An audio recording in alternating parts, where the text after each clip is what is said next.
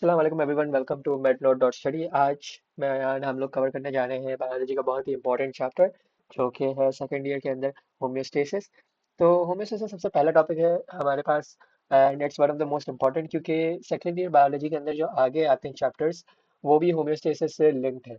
जैसे nervous coordination है, तो it's all linked to homeostasis in a way. So अगर आपकी इस चैप्टर की बेस अच्छी बनेगी तो it will help you in the future chapters as well. चले, तो let's start with homeostasis. Now homeostasis का टर्म कितने बच्चों को पहले से ही पता है? Like have you ever heard of it? अगर नहीं पता है तो भी कोई बात नहीं, because we are going to understand this from a very interesting story जो कि हम इस्तेमाल करेंगे एक स्पेसशिप को। So right here I have a spaceship and well if you have watch Star Trek और if you guys have watch Star Wars then this one is going to be fun. लेकिन अगर नहीं भी देखिए तो आपको समझ आ जाएगा, दैट्स नॉट अ प्रॉब्लम। तो what I want you guys to imagine is के ये एक स्पेसशिप है और इस स्पेसशिप के इर्द गिर्द you're traveling in space, so let's make this box and consider that this box is space. आप स्पेसशिप के अंदर हैं and the spaceship is traveling in space and बाहर का environment, this is the external environment, external, and अंदर की environment let's put as internal। ठीक है ना? एक्सटर्नल इंटरनल एनवायरनमेंट डिफरेंट है। बाहर when you are travelling for one moment यहाँ पे बहुत गर्मी हो रही है because of the sun, then कहीं और पे देयर इज आइस, तो the temperature is very cold and somewhere else there is a cloud of toxic gas. So if you look, बाहर की एनवायरनमेंट कॉन्स्टेंटली चेंज हो रही है, ठीक है ना? लेकिन अंदर की environment needs to be cosy and it needs to be protected. So what do you think, ये खुद ब खुद हो जाता है कि बाहर की एनवायरनमेंट डिफरेंट है और अंदर की एनवायरनमेंट सेम है? Does it happen on its own? नहीं, ये कभी भी खुद से नहीं होता।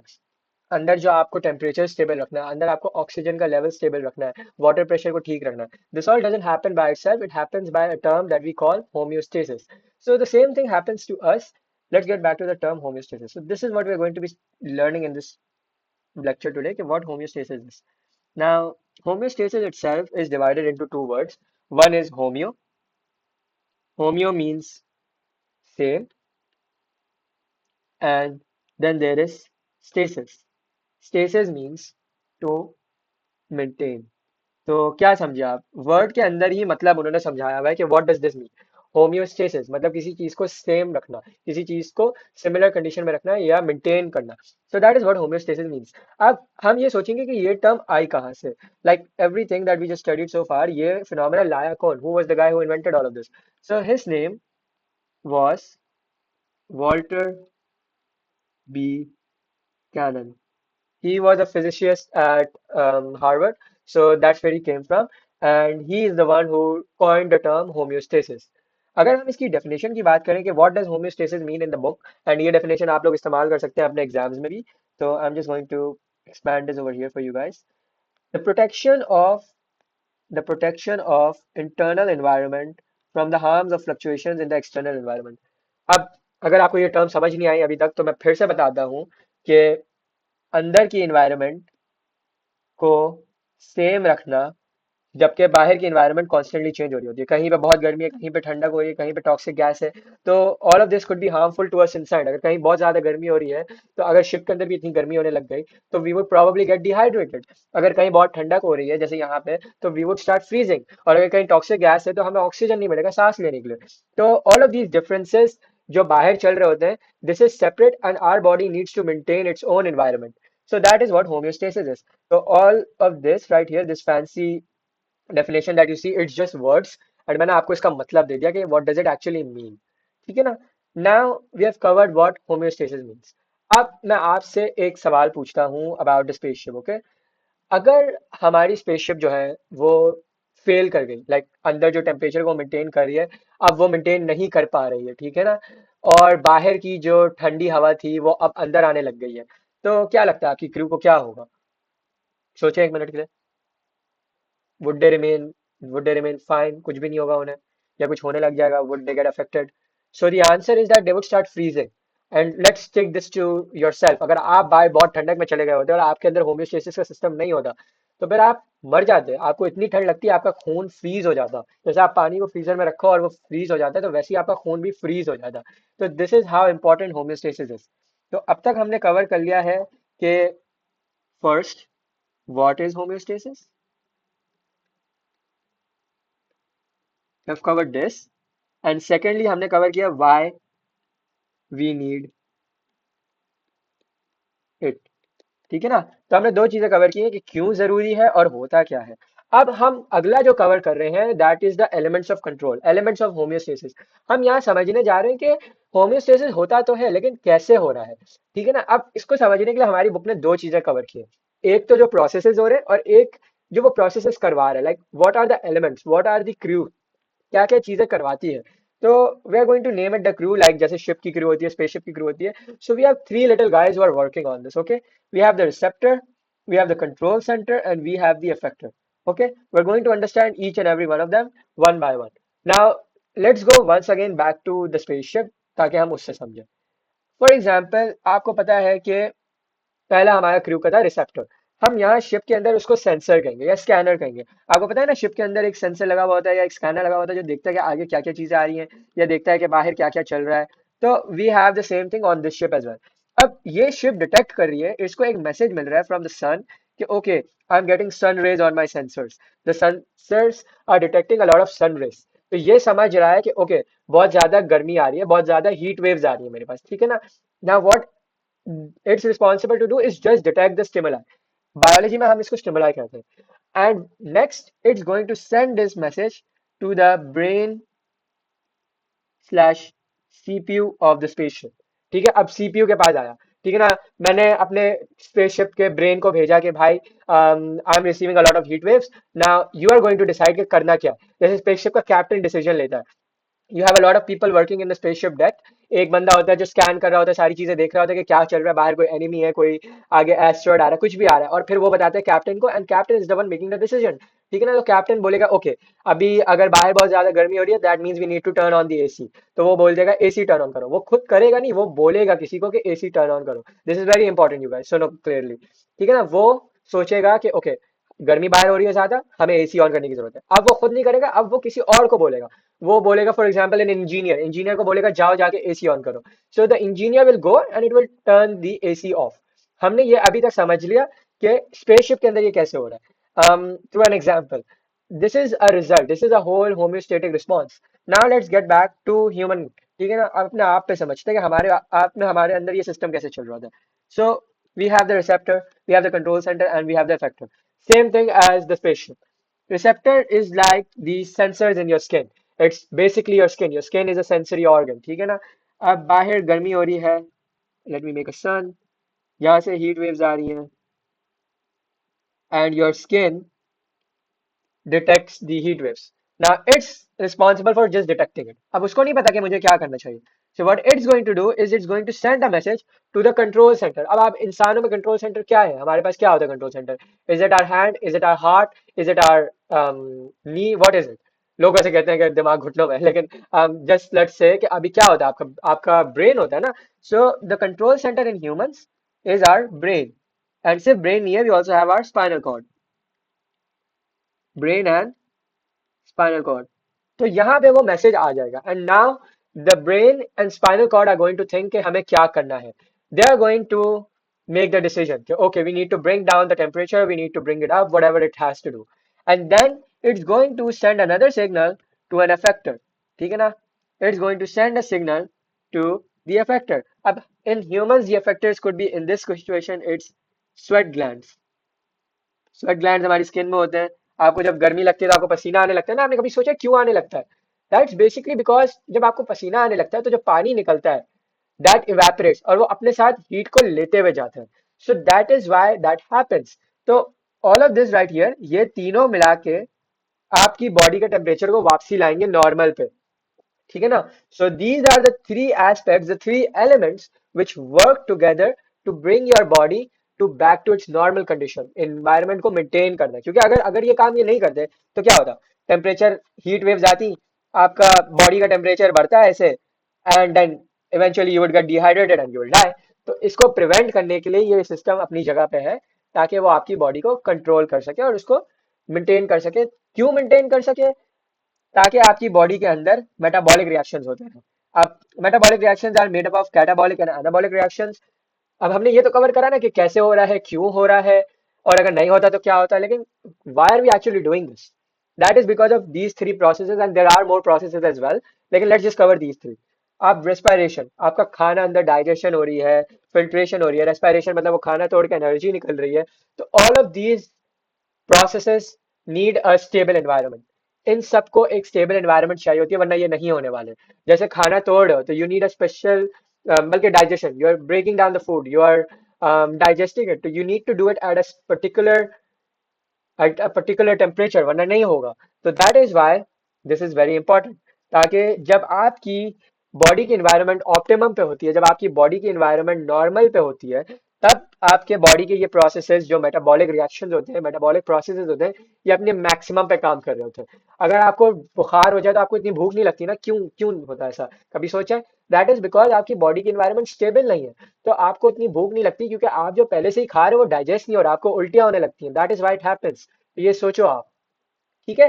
Now we are going to cover the next topic, लेकिन हाँ उससे पहले let's just go over the receptors, control centres and effectors one more time. मैंने थोड़े से पॉइंट्स लिखे हैं, उनको देख लेते हैं। तो रिसेप्टर हम सेंसर कहलाते हैं।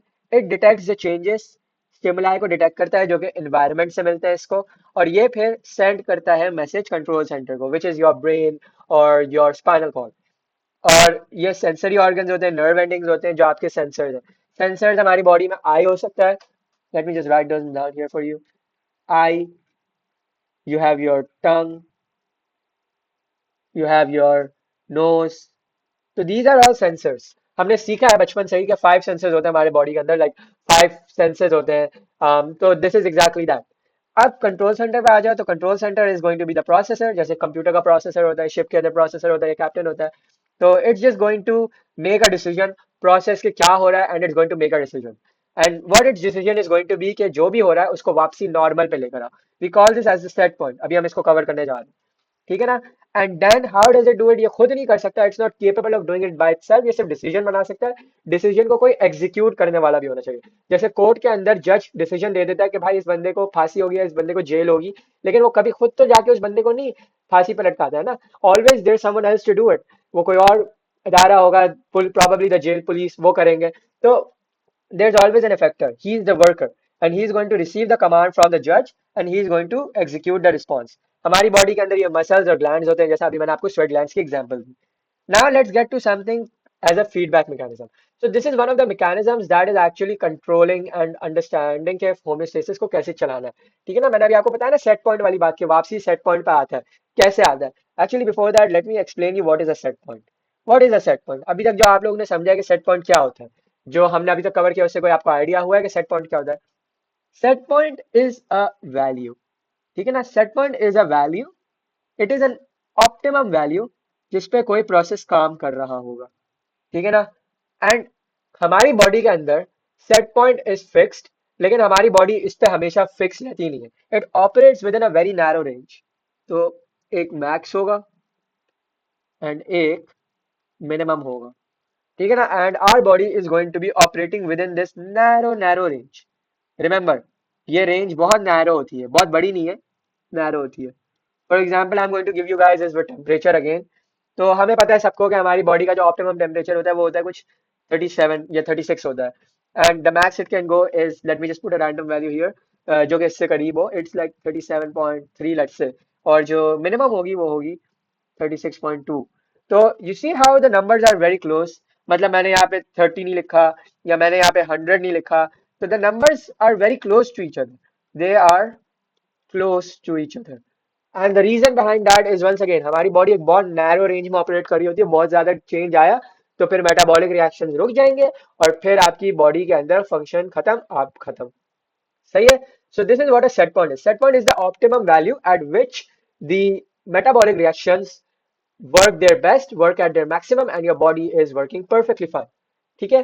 Now let's get back to feedback mechanisms. Feedback mechanisms को समझने के लिए ये है कि जब कोई चीज खराब हो रही है आपकी बॉडी में, मतलब टेम्परेचर बाहर बढ़ रहा है, आपकी बॉडी में टेम्परेचर बढ़ रहा है, या टेम्परेचर बाहर कम हो रहा है, आपकी बॉडी में टेम्परेचर कम हो रहा है, तो आपकी बॉडी के पास क्या है? होम्योस्टेसिस तो है, लेकिन होम्योस्टेसिस में भी क्या चल रहा है, कैसे हो रहा है? तो that is feedback mechanism and its responsibility is to, number one, protect your body by bringing it normal condition में, and number two, this is another situation कि अगर कोई चीज हो रही है for the benefit of your body, तो उसको और बढ़ाना। So we are going to cover that now. Let's get to negative feedback. सबसे पहले हम negative feedback को cover करेंगे, लेकिन we are going to cover it with an example once again of the spaceship. अब हमने spaceship की example को समझते हुए इसको cover करना है। हमने पीछे पढ़ा था कि जो spaceship थी, let me just draw one here. Uh, not the best artist, लेकिन this will do for now. ठीक है ना? तो heat waves are coming. The scanner detects those heat waves. ठीक है ना? एंड स्कैनर ने जाके बताया कंट्रोल सेंटर को शिप के कि भाई we need to do something about this, and control centre ने कहा कि okay we need to turn on the AC. सही है। और इफेक्टर जो था the engineer you can say, उसने आके एसी को ऑन कर दिया। तो you see what the body is doing here. अभी हमने इस चीज को कवर कर ही लिया, लेकिन we are going to understand it again. तो the body is going and telling कि एसी ऑन करो। अब लेट्स से कि अभी टेम्परेचर जो अंदर हो रहा था बिकॉज ऑफ द गर्मी, वो हो गया था 40 डिग्री सेंटीग्रेड। लेकिन जब मैंने आके बोला, तो इसको बोला मैंने कि 26 पे कर दो। तो now the AC is going to start working, and फिर हमारा टेम्परेचर फॉल डाउन करेगा and it's eventually going to become 26। लेकिन क्या लगता है, जब 26 हो जाएगा तो एसी चलता रहेगा या बंद हो जाएगा?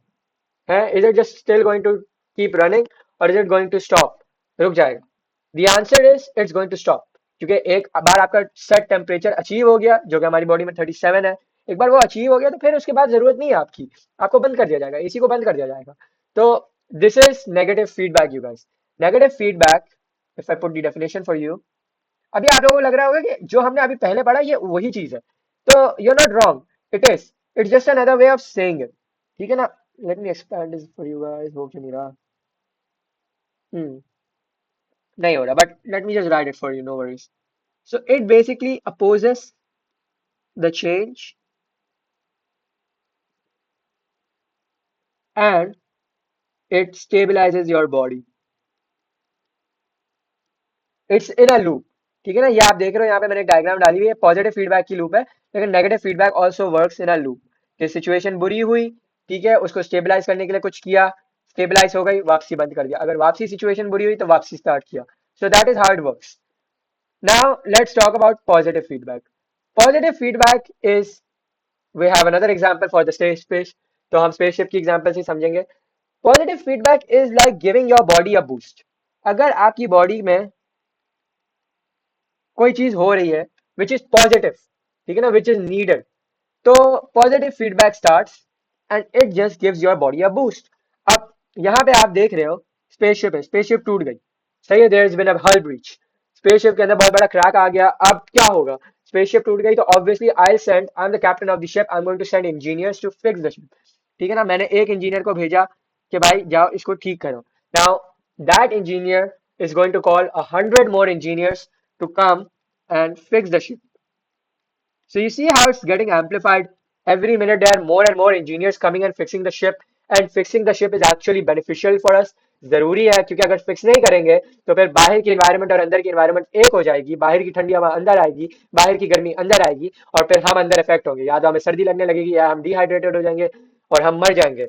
तो so prevent that, positive feedback is actually good. It's helping us out by amplifying the change. Remember this, amplifying. Amplifying means whatever is happening, doing more of it. मतलब मैं बढ़ा रहा हूँ। So that is what positive feedback is. अब ये जल्दी बढ़ जाएगी, जल्दी से शिप ठीक हो जाएगी। क्यों जल्दी ठीक हो जाएगी? क्योंकि I have more engineers working on it. अब हम exactly the same thing हम इंसानों में पढ़ने जा रहे हैं। ये देखो, हमारी उंगलियों पर कट लगता है, पेपर कट सभी को लगा होगा, बहुत दर्द होता है पेपर कट से। क्यों होता है ये मैं बाद में बताऊंगा, it's something to do with nervous coordination. लेकिन दर्द तो होता ही है ना, like you start to feel pain. अब आपको उंगली पे कट लग गया, लाइक लेट्स इमेजिन तुम बहुत सारे पेपर्स को अलमारी में रख रहे हो after your exams are finish, and तुम्हारी उंगली पे कट लग गया। अब बहुत दर्द होने लग गया अचानक से, तुमने इसके ऊपर बैंडेड लगाया या तुमने नहीं भी लगाया, you just left it, and तुमने एक दो घंटे बाद अपनी उंगली को वहीं पे देखा। Are you still bleeding? क्या खून आना रुक गया या खून अभी भी आ रहा है? क्या हो रहा होता है? खून रुक जाता है ना। क्यों रुकता है? क्योंकि आपकी बॉडी का हीलिंग प्रोसेस स्टार्ट होता है। अब हीलिंग प्रोसेस कैसे होता है कि जब आपको कट लगता है ना, let me just try to explain you guys here. Imagine this is your finger and you guys got a cut. So खून starts to pour out. Now when this happens, your body rushes platelets over here. Platelets आएंगे बहुत सारे to go ahead and heal your body. वहां पे वो heal करने लग जाते हैं। लेकिन इंसान के अंदर एक अल्लाह ताला ने बहुत अच्छा फीचर दिया है कि जब प्लेटलेट्स जाते हैं वो हील करने लगते हैं तो chemicals they release chemicals which attract more platelets. वो कहेंगे और platelets को यहाँ पे मौजूद हो. So these chemicals are going to cause more platelets to come here and then they're going to heal faster. आपको जो कट लगा वो rapidly heal हो जाएगा. So अब आपको समझ आया एम्पलीफाई का मतलब या रैपिड का मतलब it's just giving your body a boost कि जो भी हो रहा है वो जल्दी हो जाए ताकि आपकी बॉडी अपनी नॉर्मल कंडीशन पर आ जाए. So this is what the positive feedback works. अगर हम इसकी बायोलॉजी की डेफिनेशन देखें तो I don't know if it's going to work this time, hopefully it does. Yeah it does. तो it's intensifying the body's response. And इसकी एक और एग्जांपल देता हूँ, चाइल्ड बर्थ. तो चाइल्ड बर्थ की एग्जांपल अगर आपको मैं दूं तो when a pregnant woman is in labour she has contractions to deliver the child. ठीक है ना, कॉन्ट्रैक्शंस होती है to deliver the child. This is something you'll study in development का चैप्टर जो इस बुक में है. लेकिन कॉन्ट्रैक्शंस होती हैं so that the child is delivered easily. अब when you are having these contractions अभी यहाँ पे बेनिफिशियल है ना आपकी बॉडी के लिए ताकि बेबी इजीली डिलीवर हो जाए. So what the body does, it releases hormones to increase the frequency of these contractions so that the baby is delivered easily. Therefore, it's beneficial for you. तो ये हो गया feedback mechanism. हमने positive cover करा और हमने negative cover किया. सही है. अब हम पॉजिटिव और नेगेटिव को कवर करने के बाद आज के लिए इतना ही है हमारे पास, लेकिन we are going to end this with a consolidation question. हम पॉजिटिव फीडबैक को मैंने ये तो बता दिया कि it's being used for your healing process, it's being used for child birth. लेकिन मैंने ये क्यों नहीं कहा कि पॉजिटिव फीडबैक बॉडी टेम्परेचर के लिए यूज होगा. इमेजिन करो कि अगर आपको गर्मी लग रही है, लाइक बाहर गर्मी हो रही है और आपकी बॉडी का टेम्परेचर बढ़ गया, तो आपकी बॉडी के अंदर पॉजिटिव फीडबैक क्यों नहीं होता, नेगेटिव फीडबैक क्यों होता है. So this is something I want you guys to think about. और इसका आप लोग आंसर मुझे कमेंट में दे सकते हैं या आप लोग हाँ कमेंट में इसका आंसर डालें. और अगर आपको नहीं समझ आया तो नो वरीज, अगले लेक्चर में हम यहीं से स्टार्ट करेंगे कि क्यों हम फीडबैक मैकेनिज्म के अंदर नेगेटिव फीडबैक को इस्तेमाल करते हैं टेम्परेचर के लिए, ना कि पॉजिटिव फीडबैक को. और एक और चीज सुनते जाओ, for homeostasis negative feedback is the most important. 99% of the responses are negative feedback. ठीक है ना. तो होम्योस्टेसिस की जब भी बात आए आपके दिमाग में नेगेटिव फीडबैक आना चाहिए. पॉजिटिव फीडबैक भी इंपॉर्टेंट है लेकिन आपका मेन कंसर्न नेगेटिव फीडबैक ही है. तो just to recap everything we've learned so far, homeostasis is basically maintaining your body environment. It's the protection of internal environment from the harms, fluctuations from the external environment. Walter B. Cannon ने ये term introduce किया था and he was born in 1871 I believe. And we have the example of the spaceship. इससे आप लोग याद रखना. Hopefully this will help you guys. And what is the metabolic reactions? These are basically the process in your body जो कि अपने maximum पे काम करते हैं जब आपकी body set point पे हो. Set point क्या है? It's a fixed value at which your body performs the best. लेकिन हमेशा हमारी body इस value के ऊपर नहीं होती है, थोड़ा 19-20 होता रहता है, लेकिन it's a very narrow value. मैंने 19-20 का है, मैंने 15-18 या 15,000 नहीं कहा. It's a very narrow value, तो do remember that. ठीक है. दी फिर हमारे पास आ गया एलिमेंट्स ऑफ होम्योस्टेसिस. क्या वो तीन चीजें जो होम्योस्टेसिस को कंट्रोल कर रही हैं? वी हैव द रिसेप्टर्स जो डिटेक्ट करते हैं, we have the control centre जो कि डिसीजन लेता है, एंड वी हैव इफेक्टर्स जो कि डिसीजन को एग्जीक्यूट करते हैं. These three combine to create a homeostatic response. Lastly we have feedback mechanism. Negative का काम है स्टेबलाइज करना, पॉजिटिव का काम है एम्पलीफाई करना. तो नेगेटिव क्या करता है? एम्पलीफाई करके, सॉरी, नेगेटिव क्या करता है? ऑपोज करता है, वापसी लाता है, स्टेबलाइज करता है सिचुएशन को. और पॉजिटिव क्या करता है कि जो भी चीज हो रही है उसको और बढ़ा देता है. एंड हमारा आखिरी सवाल जो हम लेक्चर को एंड कर रहे हैं कि why don't we use positive feedback for body temperature. So that is it for this lecture. अगले लेक्चर में हम लोग कवर करेंगे जो प्रोसेसेस होते हैं like osmoregulation, excretion and so on. अभी आप लोग बस इसको बुक से एक बार वापसी पढ़िएगा एंड हो सके तो इसके लिए एमसीक्यू सॉल्व करिएगा जो कि आपको वेबसाइट पर मिल जाएंगे. वेबसाइट पे जाइएगा, डिस्क्रिप्शन में है लिंक, आप नोट्स भी एक्सेस कर सकते हैं वहां से. And that is all for today. Hope you guys आपको समझ आया होगा एंड दुआ में याद रखिएगा. खुदा हाफिज.